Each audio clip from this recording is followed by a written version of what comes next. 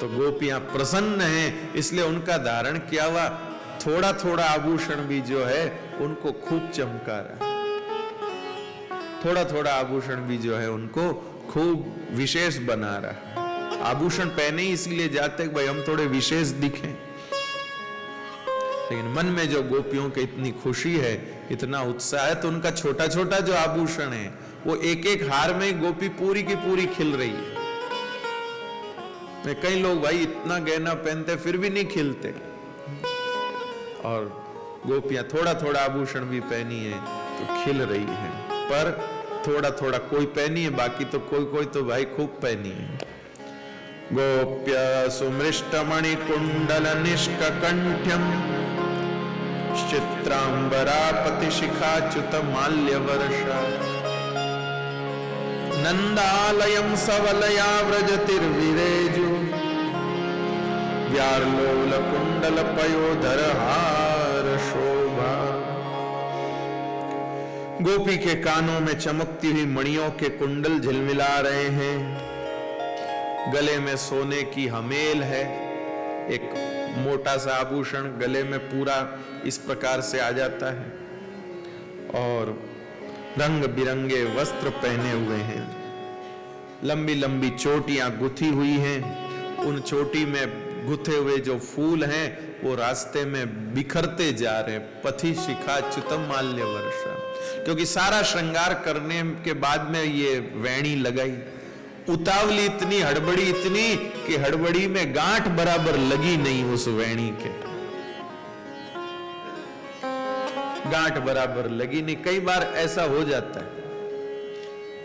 अभी कल शाम को मेरे कुछ मित्र बैठे थे, मैंने कहा यार मेरा कुछ मनोरंजन करो, तो वो बोले आपका मनोरंजन कैसे करें? तो उसने कहा मैं आपको एक वीडियो दिखाता हूं। तो उसने वीडियो दिखाया, तो एक वर वधू थे, दूल्हा दुल्हन थे, तो वरमाला हो रही थी। तो वरमाला हो रही थी तो पहले वधू ने वो पहलाई, फिर वो वर पहनाई, तो वो जैसे उसको पहनाई तो उसका वर का पजामा खुल गया, वो एकदम से नीचे ऐसे आ गया। तो वो माला पहना के वो वधू यूं शर्माने लगी, तो वो वर सोचने लगा कि ये ऐसे क्यों करे। फिर देखा तो वो फिर वो साइड में जा करके गया। तो ये कैसे खुल कैसे गया? तो वो ऐसे ही हुआ होगा भाई कि वो हड़बड़ी में बराबर से नहीं बांध पाया होगा और वो उस समय खुल गए। तो हम भी ऐसे ही हंसे जैसे आप लोग हंसे। तो वो हड़बड़ी में ऐसे कोई चीज रह जाती है, तो वो ऐसे हो गया। तो वो गोपियों के भी भाई जाने की हड़बड़ी इतनी थी, उतावली इतनी थी कि वे सारे आभूषण तो सब कर लिए, लेकिन इसमें कि अब ये रहने दो। अंतिम ये श्रृंगार था वेणी का, इसको रहने दो, जैसे भी जल्दी करो। उस चक्कर में जल्दी जल्दी में वो ऐसे रह गए। तो इसलिए वो रास्ते में जब गोपियां जा रही हैं तो वो पथिशिखा च्युतम माल्य वर्षा, रास्ते में वो जो उसके माला के फूल हैं वो रास्ते में गिरते जा रहे हैं। लेकिन सुखदेव जी तो रसिक हैं। रसिक लोग हर चीज में रस निकाल लेते हैं। रसिक लोग होते हैं, जैसे व्यापारी कोई भी चीज में व्यापार निकाल लेता है कोई भी चीज में व्यापार निकाल लेता है। एक बार एक व्यापारी था, वो दक्षिण से अपने राजस्थान में आया। दक्षिण से राजस्थान में आया तो भाई दक्षिण से राजस्थान में आया तो यहाँ पर उसने वो वहां से लकड़ियां लाया था, कुछ किराने का सामान वगैरह लाया था। वो उसने मसाले वगैरह दक्षिण में अच्छे होते हैं, वो यहाँ लाया, उसने यहाँ बेच दिया। जाते समय उसने कहा कि भाई अब क्या करें? तो बोले गधे खाली ही चलेंगे, इन पर मिट्टी डाल देते। तो अपने राजस्थान की बालू मिट्टी वो लेकर के चला गया। अब उसको कहा इसका क्या करेंगे? बोले कुछ ना कुछ तो करेंगे, ले चलो, मिट्टी से ही कुछ कमाई करेंगे। तो मिट्टी से क्या कमाओगे तुम? बोले ले तो चलो। ले गए। अब वहां पर जब गए तो वहां दक्षिण का जो राजा था वो बीमार हो गया, और डॉक्टरों ने कहा कि आप तो मिट्टी के बिस्तर पर सो, तब जाकर के आपको आराम मिलेगा। अब मिट्टी कहाँ से लाए, वहां दक्षिण में मिट्टी होती नहीं है। तब फिर वो देखा तो वो सड़क के ऊपर वो डिगला करके बैठा था, तो उसकी मिट्टी बिक गई। तो कहने का मतलब है कि जैसे व्यापारी हर वस्तु में व्यापार खोज लेता है, ऐसे ही रसिक भी हर वस्तु में रस खोज लेता है। गोपी की हड़बड़ी में चोटी में वेणी बंधी नहीं और इसलिए फूल बिखर रहे हैं, लेकिन श्री सुखदेव जी उसमें भी रस का दर्शन कर रहे हैं। श्री ठाकुर जी श्री सुखदेव जी महाराज कहते हैं कि यह जो वेणी के पुष्प गिर रहे हैं, ये गोपी के चरण रज की वंदना कर रहे हैं। यह गोपी के चरण रज की वंदना कर रहे हैं भाई की हे गोपी जनों, आप धन्य हो जो श्री कृष्ण की तरफ जा रही हो। अब और सुनना भाई, श्री हरिराय महाप्रभु अलग भाव कह रहे हैं। वो कह रहे कि गोपी के वेणी के पुष्प जो पीछे गिर रहे हैं, तब वो क्या संकेत कर रहे हैं? तो श्री हरिराय महाप्रभु कहते हैं कि वे संकेत कर रहे हैं पुष्प कि जो पीछे आ रहे हैं श्री कृष्ण की तरफ, जो पीछे और लोग आ रहे हैं श्री कृष्ण की तरफ, उनको वह पुष्प संकेत कर रहे हैं कि इतनी आतुरता होगी तो ही आगे कृष्ण दर्शन होने वाले हैं। जिस प्रकार वहां गोपी आतुरता में वेणी गुथना भूल गई और वो चली जा रही है हड़बड़ी में, ऐसी आतुरता होगी तुम में तो आगे जाके कृष्ण दर्शन होगा, नहीं तो ऐसे ही गोलमोल घूम के वापिस आना पड़ेगा। हम सब जाते तो हैं भगवान के दर्शन को, लेकिन आतुरता नहीं होती तो बस वैसे ही झांकी कर आते हैं। लेकिन यह आतुरता होती है तब भगवान के दर्शन अच्छे से होते हैं। तो श्री हरिराय महाप्रभु आज्ञा करते हैं कि पुष्प जो नीचे गिरे वो बता रहे कि ऐसी आतुरता चाहिए। पीछे कौन जा रहे हैं? गोपियों के पीछे हम सभी लोग ही तो जा रहे हैं।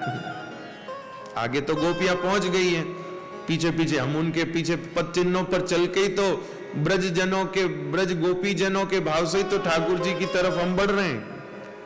तो इसलिए हरिराय महाप्रभु कहते हैं कि ऐसी आतुरता होगी तब जाके वहां जाके मिलन होगा भाई। इसलिए तो यहां एक भाव है। और इस मार्ग से श्री कृष्ण गए हैं तो वो पुष्प वहां वंदना कर रहे हैं। श्री कृष्ण जिस मार्ग से गए उस रज की वंदना कर रहे हैं वे पुष्प। कृपानाथ आहा, ऐसा सब चली जा रही हैं, हाथ के कंगन हिल रहे हैं, उनके गोपियों के आभूषण ध्वनि कर रहे हैं। नंद बाबा के वहां जा जा करके वो आशीष सुना रही हैं। नंद बाबा के घर जाके आशीष सुना रही हैं। ता आशीष प्रयुंजानाश्विर पाहिति बालके, चिरजीवी हो आपका लाला चिरजीवी हो, ऐसा आशीर्वाद दे रही हैं वे गोपियां। और आशीर्वाद देने के बाद और लोगों पर हल्दी तेल से मिला हुआ पानी छिड़कती हैं और ऊंचे स्वर से मंगल गान करती हैं। जुग जुग जीवेरी यशोदा मैया तेरो ललना, जुग जीवेरी यशोदा मैया तेरो ललना, मैया तेरो ललना, यशोदा तेरो ललना, मैया तेरो ललना, यशोदा तेरो ललना।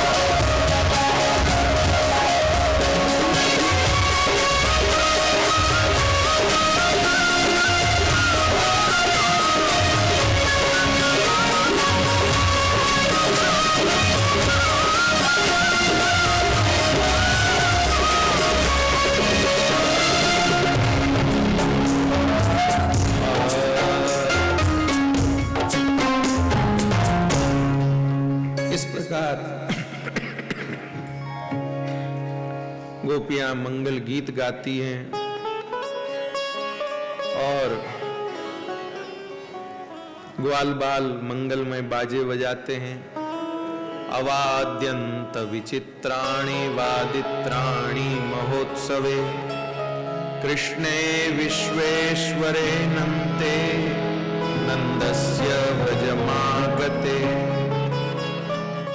विचित्र विचित्र बाजे बजा रहे हैं, एक दूसरे के ऊपर चढ़ करके दही दूध माखन के मटके उतार रहे हैं, खा रहे हैं, फेंक रहे हैं, लगा रहे हैं, उछाल रहे हैं, हो हा हा, ऐसे सब कर रहे हैं। लेकिन आज उन सब की इन हरकतों पर कोई रुष्ट नहीं हो रहे हैं, सब मुस्कुरा रहे हैं। उत्सव है इसलिए, बाकी यूं कोई करे तो ठीक नहीं लगता। तो आनंद ये हो रहा है। अरे आज बधाई को दिन नीको, आज बधाई को दिन नीको, नंद घर निज सुमति जायो है, नंद घर निज सुमति जायो है, लाल भाव तो